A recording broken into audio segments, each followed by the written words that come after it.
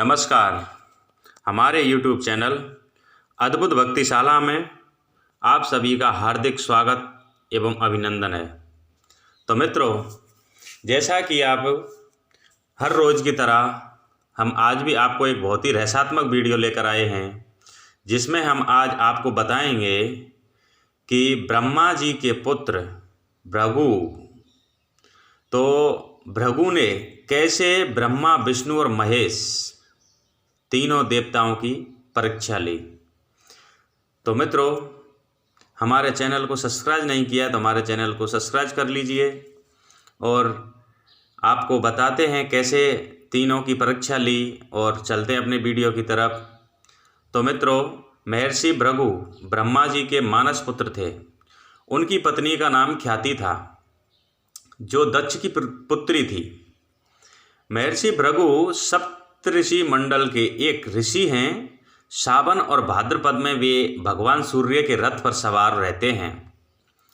एक बार की बात है, सरस्वती नदी के तट पर ऋषि मुनि एकत्रित होकर इस विषय पर चर्चा कर रहे थे कि ब्रह्मा जी, शिव जी और विष्णु जी में से सबसे श्रेष्ठ और बड़े कौन हैं।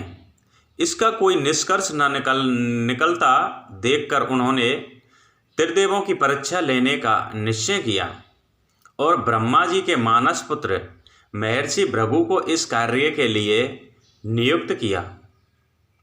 महर्षि भृगु सर्वप्रथम ब्रह्मा जी के पास गए।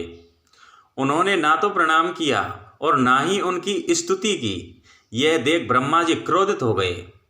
क्रोध की अधिकता से उनका मुंह लाल हो गया और आंखों में से अंगारे दहलने लगे। लेकिन फिर भी ये सोचकर कि ये उनके पुत्र हैं, उन्होंने हृदय में उठे क्रोध के आवेग को विवेक बुद्धि में दबा दिया। तो मित्रों, वहाँ से महर्षि भृग कैलाश चले जाते हैं। देवाधिदेव महादेव ने देखा कि भृगु आ रहा है तो वे बहुत प्रसन्न हुए और आसन से उठकर उनका आलिंगन करने के लिए भुजाएं फैला दी। किंतु उनकी परीक्षा लेने के लिए भृगु मुनि उनका आलिंगन अस्वीकार करते हुए बोले कि हे महादेव, आप सदा वेदों और धर्म की मर्यादा का उल्लंघन करते हैं। दुष्टों और पापियों को आप जो वरदान देते हैं उनसे सृष्टि पर भयंकर संकट आ जाता है, इसलिए मैं आपका आलिंगन कदापि नहीं करूँगा। उनकी ये बात सुनकर भगवान शिव क्रोध से तिलमिला उठे। उन्होंने जैसे ही त्रिशूल उठाकर उन्हें मारना चाहा, वैसे ही माँ भगवती सती ने बहुत अनुनय और विनय कर किसी प्रकार से महादेव का क्रोध शांत कर दिया। इसके बाद भृगु मुनि वैकुंठ लोक गए। उस समय भगवान श्री विष्णु देवी लक्ष्मी की गोद में सर रखकर लेटे हुए थे।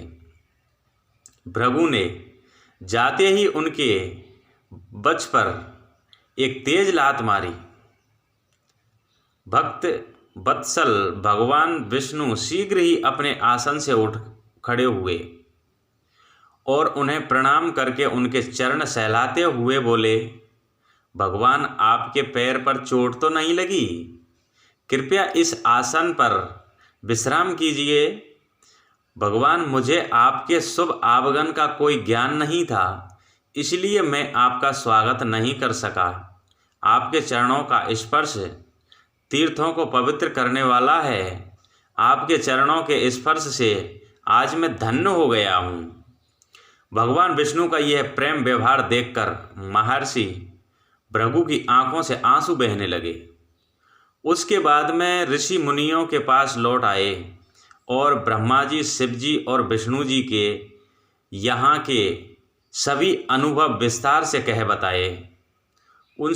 उनके अनुभव सुनकर सभी ऋषि मुनि बड़े हैरान हुए और उनके सभी संदेह दूर हो गए। तभी वे भगवान विष्णु को श्रेष्ठ मानकर उनकी पूजा अर्चना करने लगे। तो मित्रों, उन ऋषि मुनियों ने अपने लिए नहीं बल्कि मनुष्यों के संदेह को मिटाने के लिए ऐसी लीला रची थी। तो इस प्रकार मित्रों भृगु मुनि ने भगवान विष्णु, ब्रह्मा और महेश तीनों की परीक्षा ली थी। तो इस वीडियो के माध्यम से बताया जाता है कि भगवान विष्णु सबसे श्रेष्ठ हैं। तो मित्रों यही हमारा वीडियो समाप्त होता है। और हमारा चैनल सब्सक्राइब नहीं किया तो हमारे चैनल को सब्सक्राइब करिए। फिर आपको कल आपकी सेवा में नया वीडियो प्रस्तुत हाजिर होंगे। तब तक के लिए जय हिंद, जय भारत।